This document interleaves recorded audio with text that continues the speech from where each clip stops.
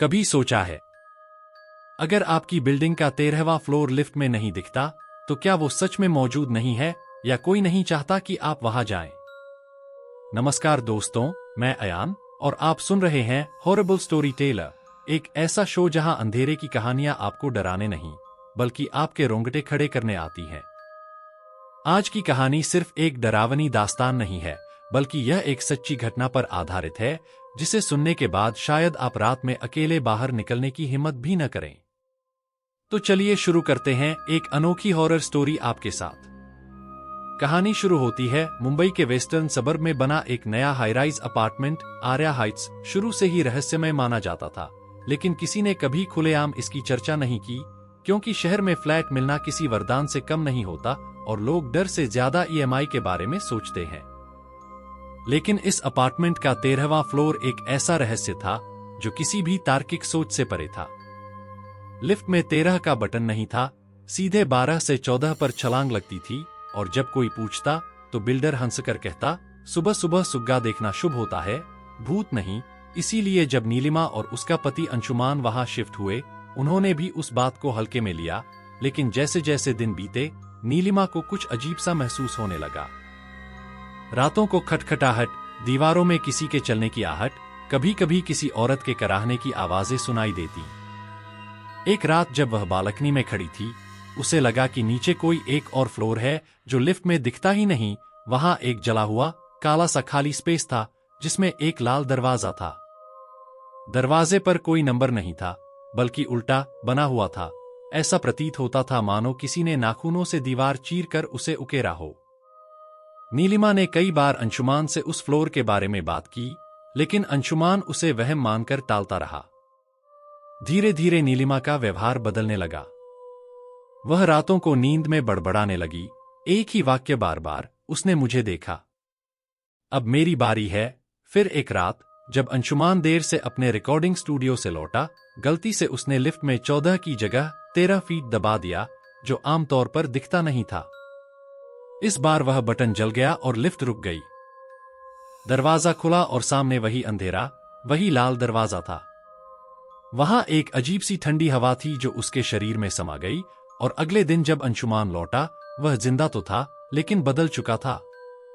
उसकी आंखें पूरी तरह सफेद थीं, नाखून जैसे किसी ने खींचकर उखाड़े हों, और उसके शरीर से मिट्टी और लोहे की बदबू आ रही थी।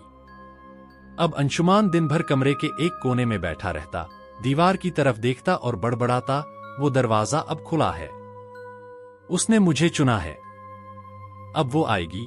उसी समय से नीलिमा को हर रात के 3:09 पर वही खटखटाहट सुनाई देने लगी।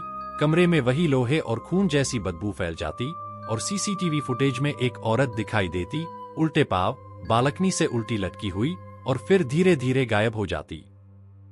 पड़ोसियों ने बताया कि सालों पहले वहां एक बंगाली परिवार रहता था, 13 लोगों का संयुक्त परिवार। एक रात उनके फ्लैट में गैस सिलेंडर ब्लास्ट हुआ, जिसमें सभी की मौत हो गई। लेकिन उनका अंतिम संस्कार ठीक से नहीं हो सका, क्योंकि पुलिस को शव ही नहीं मिले। तब से वो पूरा फ्लोर सील कर दिया गया। बिल्डर ने फ्लोर नंबर को ही हटा दिया ताकि लोगों को डर ना लगे, लेकिन आत्माएं कभी नंबर नहीं देखती, वो सिर्फ रास्ता देखती हैं, दरवाजा देखती हैं। और जिसने एक बार उस दरवाजे के पार झांका, वो फिर कभी पूरी तरह इस दुनिया में नहीं लौटता। नीलिमा अब खुद बदल चुकी थी। उसका चेहरा पहले जैसा नहीं रहा, उसकी आवाज में अजीब सी गूंज थी, और उसके मोबाइल में अचानक से एक अज्ञात रिकॉर्डिंग चालू हो जाती, एक औरत की फुसफुसाती आवाज में, तुम मेरी जगह पर हो, अब दरवाजा खोल दो।